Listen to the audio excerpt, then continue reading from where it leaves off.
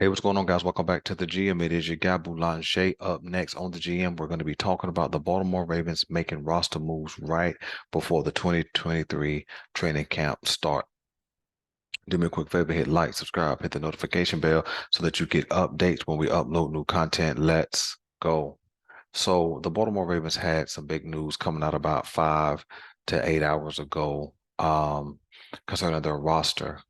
Honestly, I'm not surprised with some of the names, but it really puts up a level of concern, some red flags for me.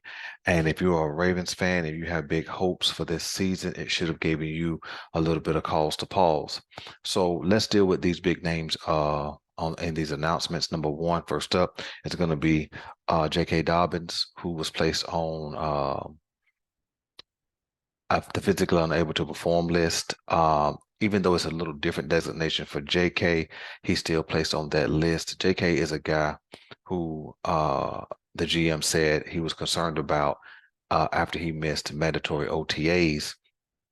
And at that time, we wasn't sure if it was injury, if it was contract dispute, but it looks like we know that it was injuries at this point as this latest news break.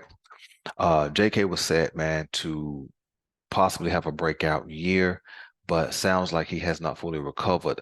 We understand JK had a torn ACL from 2 seasons ago.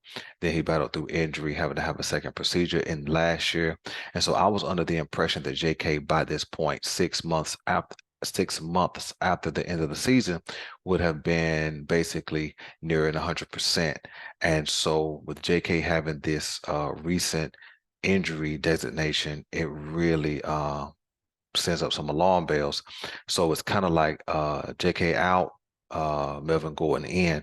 The Baltimore Ravens did sign Melvin Gordon, I think, as a kind of a security blanket, if you will. There were some other options out there, but I believe James Robinson was already signed right before the Baltimore Ravens agreed to terms with Melvin Gordon. Melvin Gordon is a guy getting a little long in the tooth, but I still think he has some gas in the tank. He's never been a distraction, always been kind of a team guy, and when healthy, he's been pretty productive. So hopefully he can provide us some much needed support at that running back room because I believe Gus Edwards also has some injury concerns, even though he didn't get one of these designations.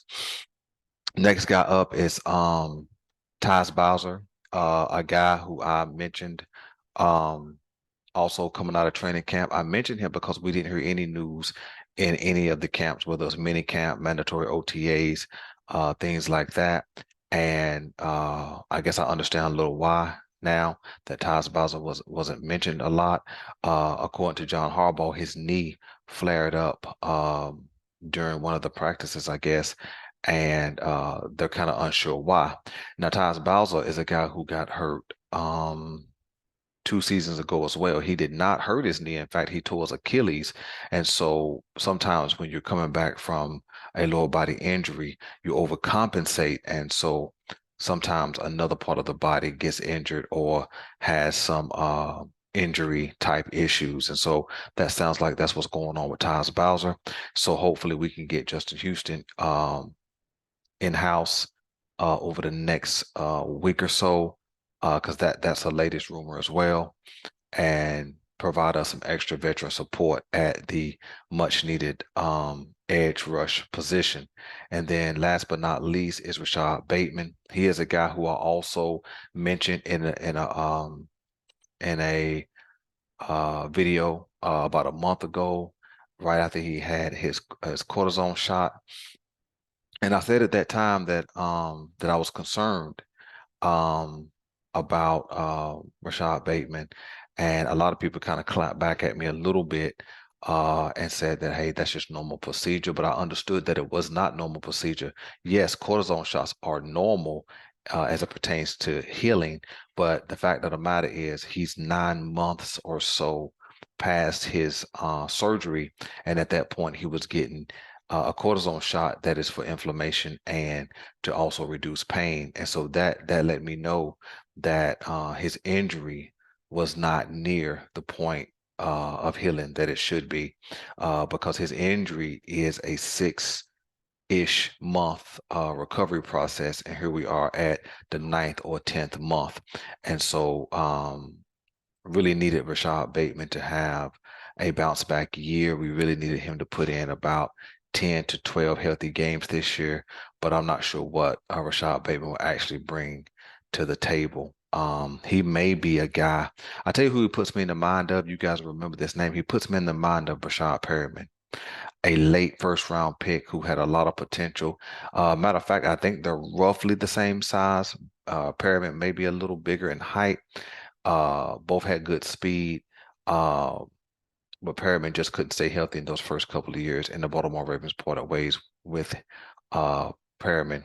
I think Rashad Bateman may have more of a complete package as a receiver, but it don't matter what kind of package you got if you can't get on the field and stay there. And so and so so here we are, man, in the very similar position that we've been in over the last couple of years with injury is um not knowing who's going to be on the field, who's going to be ready, who's not going to be ready.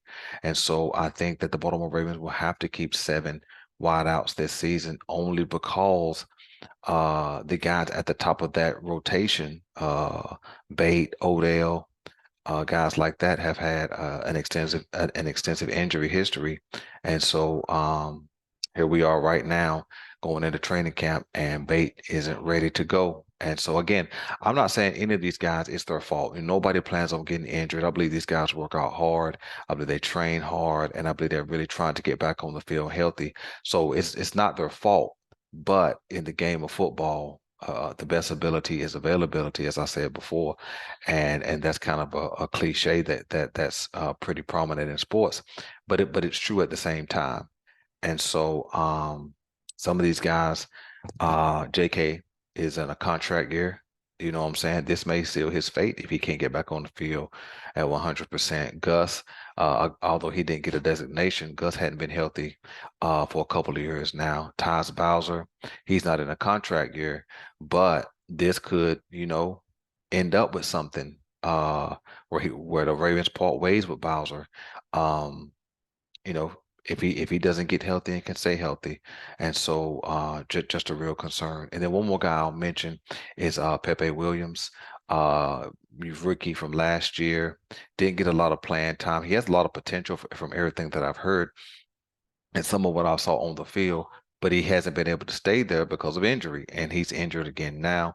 So he got one of those designations as well, and so he should be in a running for the nickelback position, but I think his injuries may seal his fate because I think Kelly and also Darius Washington, they're going to fight for some minutes, and that may push Pepe Williams if the veteran guys, Worley, Seymour, those guys, if they step up, they may push him to a practice squad type scenario. So listen, let me know what you guys want me to know, man. I'm your guy Boulanger. This is the GM, and we're out.